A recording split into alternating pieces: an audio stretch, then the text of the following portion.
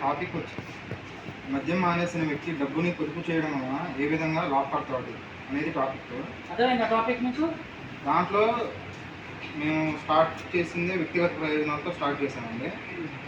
So first point వచ్చేసి మద్యం మానేసిన వ్యక్తి యొక్క కుటుంబం ఆర్థికంగా బలపడుతుంది అనేది ఫస్ట్ పాయింట్గా రాశాము.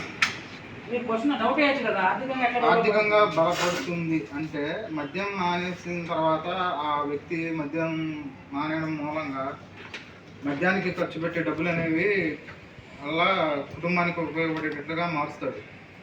కాబట్టి కుటుంబానికే ప్రయోజనం ఎక్కువ కలుగుతుంది, కుటుంబానికి ఆర్థికంగా ప్రయోజనం కొంతవరకు కలుగుతుంది. కుటుంబ ప్రయోజనాలు అంటే పిల్లలు చదువు రావచ్చు, చాలా ఉంటాయి.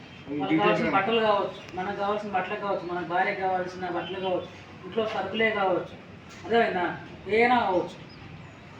కుటుంబ అవసరాలు ఆర్థికంగా బలపడుతుంది ముందుగా. తర్వాత మద్యం రెండో పాయింట్, మద్యం మానివేయటం మూలంగా మద్యానికి ఖర్చు అయ్యే డబ్బు కుటుంబ అవసరాలకు ఉపయోగపడుతుంది. మద్యం మానేశాడు ఆ వ్యక్తి, ఈ మద్యానికి ఖర్చు పెడుతున్న ఆ డబ్బల్లా కూడా ఏమవుతుందంటే నెక్స్ట్ అతడు ఆ కుటుంబ అవసరాల కోసం ఖర్చు పెడతా ఉంటాడు. కుటుంబంలో ఏవైతే అవసరాలు ఉన్నాయో, ఈ సరుకులు తేవడం కానీ సంథింగ్ ఏవైనా అవ్వచ్చు, అట్లాంటి వాటి అన్నింటినీ కరెంట్ బిల్లు కట్టడం కానీ, టీవీ బిల్లు కట్టడం కానీ, ఇట్లా పాల బిల్లు కట్టడం, ఇట్లాంటి సంథింగ్ వాటి కోసం ఉపయోగపడుతూ ఉంటాయి. అట్లా ఆ విధంగా పొదుపు చేసి ఆ డబ్బుని మద్యానికి ఖర్చు అయిన డబ్బుని పొదుపు చేసి ఆ విధంగా వీటి కోసం కుటుంబ అవసరాల కోసం ఉపయోగపడేట్లు చేస్తాడు. అది కొంచెం తర్వాత మూడో పాయింట్, మద్యం మానేసిన వ్యక్తి సమాజంలో ఆర్థికంగా నిలదొక్కుకోగలడు మరియు ఆర్థిక అవసరాల నిమిత్తం ఎవరి మీద ఆధారపడనక్కర్లేదు. మద్యం మానేసిన తర్వాత ఆ వ్యక్తికి మెయిన్గా మద్యం అలవాటు ఉన్నప్పుడు నేనే ఉన్నాను. మద్యం తాపం ఉన్నప్పుడు ఎట్లా ఉంటానో అందరూ చూస్తూ ఉంటారు. మద్యం మొదలుపెట్టిన ఒక 2-3 రోజులకి చేతిలో డబ్బులు అయిపోతాయి, అన్నీ అయిపోతాయి. ఎవరో జస్ట్ ఫేస్ తెలిస్తే చాలు. మా ఊర్లో నాకు అన్నా అంట, అది ఏం లేదు కొంచెం అంటే మరీ రఫ్గా అడగగానే గ్యారెంటీగా మాత్రం బెగ్గింగే. అది అన్నా ఏమనుకోకపోతే కొంచెం ఒక 100 ఉంటేవా, రేపు పొద్దునిస్తా, ఒక 50 ఉంటేవా అంటే కొంతమంది ఇచ్చేవాళ్ళు ఉన్నారు, తెలిసే ఇస్తారు. కొంతమంది లేవు అని తప్పించేసుకుంటారు. కానీ ఎవరు ఏమి క్లాస్ పీకడం కానీ ఏమి చేయరు. కానీ తెలిసిన వాళ్ళే అంతా, అందుకని తెలిసిన వాళ్ళని అడుగుతాను. కాకపోతే అసలు బెగ్గింగ్ చేసుకుంటానని అర్థమైంది. కొంతమంది మాత్రం జాలి పెట్టి ఇస్తున్నారు, కొంతమంది ఏమో అసలు ఇవ్వట్లేదు. అసలు అయితే విషయం అయితే తప్పు చేసేది నేను. బెగ్గింగ్ గవర్నమెంట్ జాబ్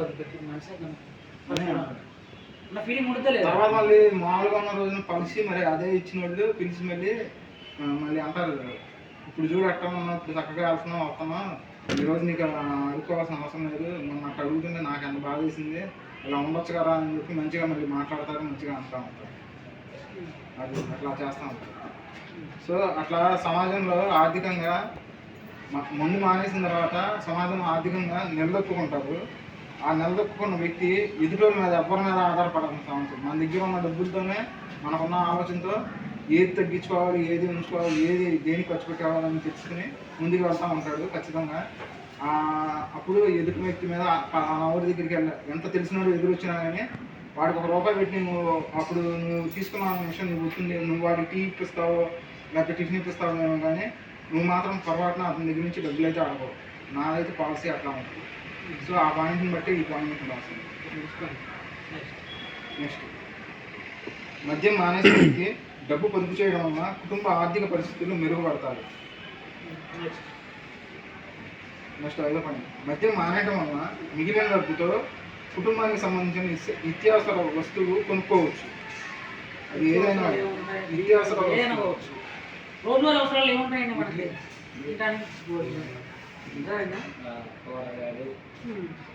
నిత్యావసరాలు ఇంకేమైనా ఉంటాయా?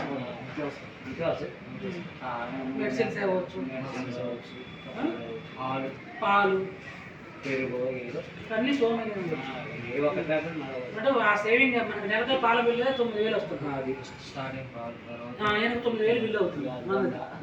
9,000 పని చేసి పాలు కట్టుకోవచ్చు కదా. ఇంట్లో అన్ని ఖర్చులు వెళ్ళిపోతుంది. నెలకు 10,000 సేవ్ చేస్తే ఇంకా మాక్సిమం ఖర్చులు వెళ్ళిపోతాయి. చాలా ఖర్చు, గ్యాస్ ఖర్చు, ఇంకా ఎలక్ట్రికల్ అన్ని బియ్యం కానీ ఇద్దరు నలుగురు ఫ్యామిలీ సరిపోతుంది. మాక్సిమం కవర్ అవుతుంది. తర్వాత 6వ పాయింట్, మద్యం మానేసిన వ్యక్తి డబ్బుని పొదుపు చేయడం వల్ల ఆ డబ్బు పిల్లల చదువుకు ఉపయోగపడుతుంది.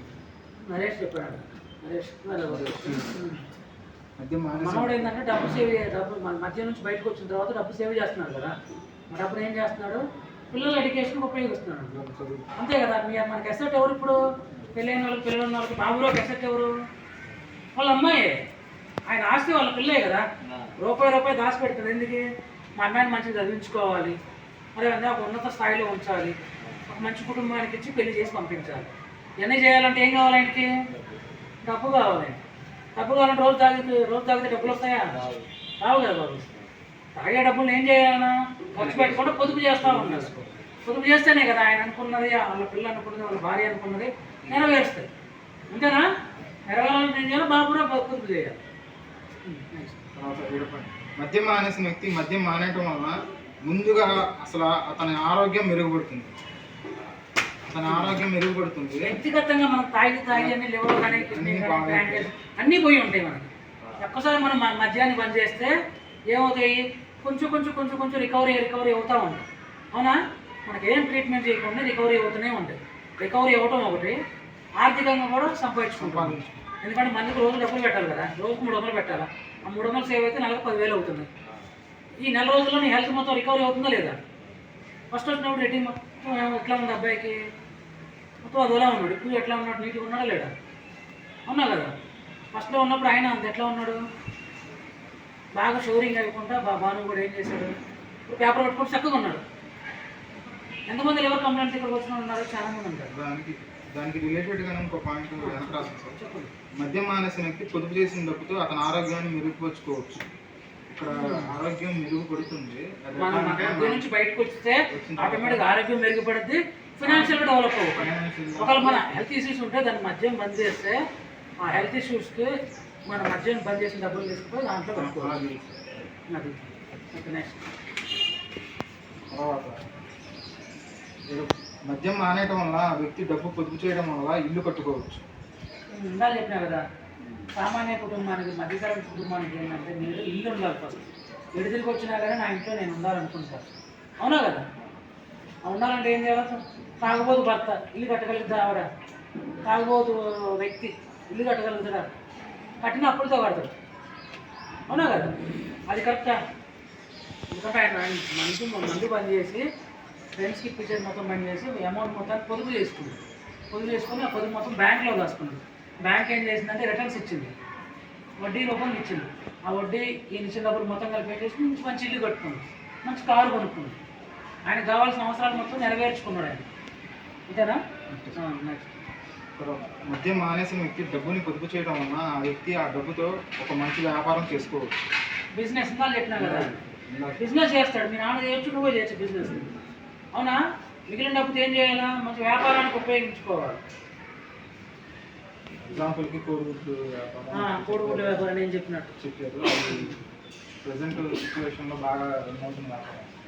అది బాగా మంచిగా హెల్దీ ఫుడ్ కదా. అది బాగా హోల్సేల్గా కొనుక్కొచ్చి రోజు మామూలుగా ఇళ్ళమట అమ్ముతుంటే పెట్టి తీసేసుకుంటాం. వెంటనే సేల్ అయిపోతున్నాయి. లాభం కూడా బాగానే చూస్తున్నాం. తర్వాత మద్యం మానేయటం వల్ల ఆ వ్యక్తి డబ్బుని పొదుపు చేయడం వల్ల ఒక బండిని కొనుక్కోవచ్చు. ఆయన అవసరానికి తెలియదు కూడా బండి ఎక్కడికైనా పోవాలంటే నడిచేలాంటి ఆటో పోవాలి, బస్సు పోవాలి. అదే బండి కొనుక్కుంటే మద్యం బండి చేసి 10,000 బండి వచ్చిందంటే 10,000 డౌన్ పేమెంట్ కట్టింది, నెల 9,000 చేస్తారు, కిస్తీ కట్టుకుంటాడు. సంవత్సరం తిరిగినేమో ఆయన బండి ఆయన సొంతదో లేదా, ఆయన బండి వేసుకుని కుటుంబ సభ్యులు మొత్తం ఎక్కడికైనా వెళ్తావచ్చు, ఎక్కడికైనా వెళ్తావచ్చు కుటుంబ సభ్యులు మొత్తం దాంట్లో ఆ బండి ద్వారా. నెక్స్ట్. తర్వాత మద్యం మానేసిన వ్యక్తి డబ్బుని పొదుపు చేయడం వలన ఆ కుటుంబంలో ఎటువంటి గొడవలు లేకుండా సంతోషంగా ఉంటారు. తాగినప్పుడు ఏంటంటే రెగ్యులర్ గొడవలు అవుతూనే ఉంటాయి. నలుగురు నుంచి ఫైనాన్షియల్గా కానీ, హెల్త్ పరంగానే కానీ, పరువు రూపంలో ఏదైనా కానీ గొడవలు జరుగుతూనే ఉంటాయి. అవునా కదా.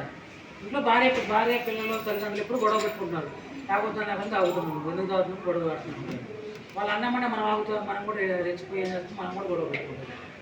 అంతే కదా, వాళ్ళు ఎందుకు గొడవ పెట్టుకుంటారు? నీ హెల్త్ ఖరాబ్ అవుతుందని గొడవ పెట్టుకుంటారు ఒకటి, సొసైటీలో మన కుటుంబానికి పరుగు పోతుందని గొడవ పెట్టుకుంటారు ఒకటి, ఇంకా ఆర్థికంగా కూడా మనం నష్టపోతాం కాబట్టి ఆ పని నుంచి బంద్ చేయని చెప్తారు. అవునా నరేష్ రా బాబు, నిద్రపోతుంది. నెక్స్ట్, మద్యం మానేసిన వ్యక్తి పొదుపు చేసిన డబ్బుతో అతని ఆరోగ్యాన్ని మెరుగుపరచవచ్చు. మద్యం మానేసిన వ్యక్తి యొక్క కుటుంబం యొక్క ఆర్థిక విలువలు సమాజంలో పెరుగుతాయి. ఫైనాన్షియల్గా డెవలప్మెంట్ ఉందండి, ఆర్థిక విలువలు పెంచుకుంటా ఉంటుంది. ఎట్లా అంటే బాగానే ఉన్నాడు, నెలకి 60,000 70,000 సంపాదిస్తున్నాడు, ఖర్చులు కూడా 70,000 నెల ఖర్చు పెడుతున్నాడు. గ్రోతింగ్ ఉంటుంది ఆ ఫ్యామిలీ. ఆడవాళ్ళు ఒకళ్ళు ఎంతసేపు చేసి పెట్టాలి? జరగదు కదా. అదే మధ్య నుంచి బయటకు వచ్చితే వచ్చిన 60,000లో 10,000 20,000 ఖర్చు పెడతారు. దేనికి ఖర్చు పెడతారు? ఇంట్లో అవసరాలకి, కుటుంబ అవసరాలకి. ఏముంటాయి? ఉప్పు పప్పు ఏదో చెక్క ఏదో వాటి ఖర్చు పెడుతుంది. 50,000 మిగులుతున్నాయి కదా. 50,000 10 చేసే సంవత్సరానికి 2 లక్షలు అవుతున్నాయి. 6 లక్షలు అవుతాయా? అంతేనా? 6 లక్షలు అంటే ఏదో సామాన్ కొనుక్కుంటాడు, ఇంట్లో కారు కొనుక్కుంటాడు.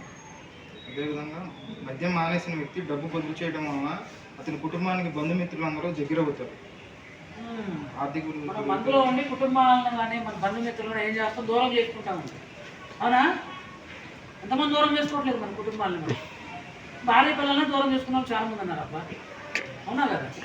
కుటుంబం అన్నయ్య, వదిన, తమ్ముడు, చెల్లి, అక్క, అమ్మ, నాన్న, చుట్టుపక్కల వాళ్ళ మొత్తాన్ని తాగిన మైకులు ఏం చేసుకుంటాం? దూరం చేసుకుంటా ఉంటాం. అవునా? అది నువ్వు ఈ పని చేస్తే ఎప్పుడు ఎంతమంది దూరం అయ్యారు అంతమంది ఏం చేస్తారు? మా నాన్న బాను మంచిగా ఉన్నాడు, దగ్గర రావాలి, అయితే దగ్గరకు వస్తారు. కుటుంబ సంబంధాలు మెరుగవుతూ ఉంటాయి. ఫీట్ చేయరు.